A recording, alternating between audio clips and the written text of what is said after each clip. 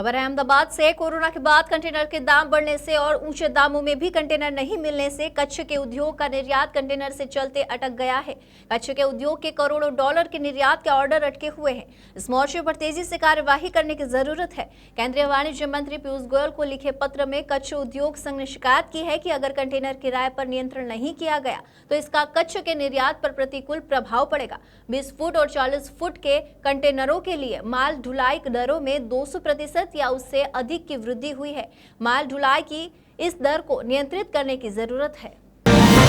छोटे, मध्यम और बड़े उद्यमों को प्रतिनिधित्व करने वाले एसोसिएशन फोकिया द्वारा लिखे गए पत्र में कहा गया है कि छोटे मूल्य के उत्पादों का निर्यात अटक गया है। छोटे मूल्य के उत्पादनों से कच्छ से भुज और गांधीधाम सहित विस्तार में बड़े पैमाने पर रोजगार मिलता है। इसका असर रोजगार पर भी पड़ेगा।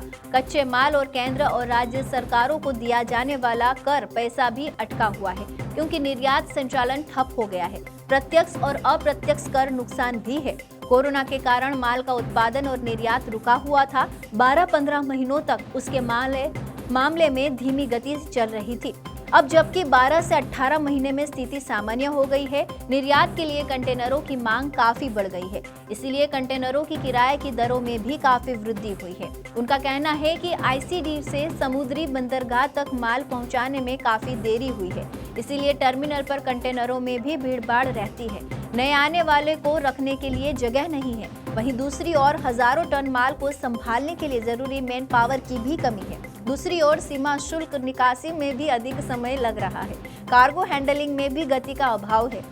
समुद्री माल ढुलाई के लिए माल भाड़ा आसमान छू गया है। सरकार को इस दर को नियंत्रण में लाने की जरूरत है। वाणिज्य मंत्रालय को इन्हें कम रखने के लिए माल भाड़ा बढ़ाने के लिए कदम उठाने चाहिए। माल ढुलाई दर में ऊपरी सीमा रखना आवश्यक है क्योंकि उत्पाद पर एमआरपी अधिकतम खुदरा मूल्य लिखा होता है। भारत सरकार एक नया उद्यम शुरू करके एक और राष्ट्रीयकृत शिपिंग लाइन कैरियर बनाकर भारतीय माल के निर्यात कार्गो को संभालने में मदद कर सकती है।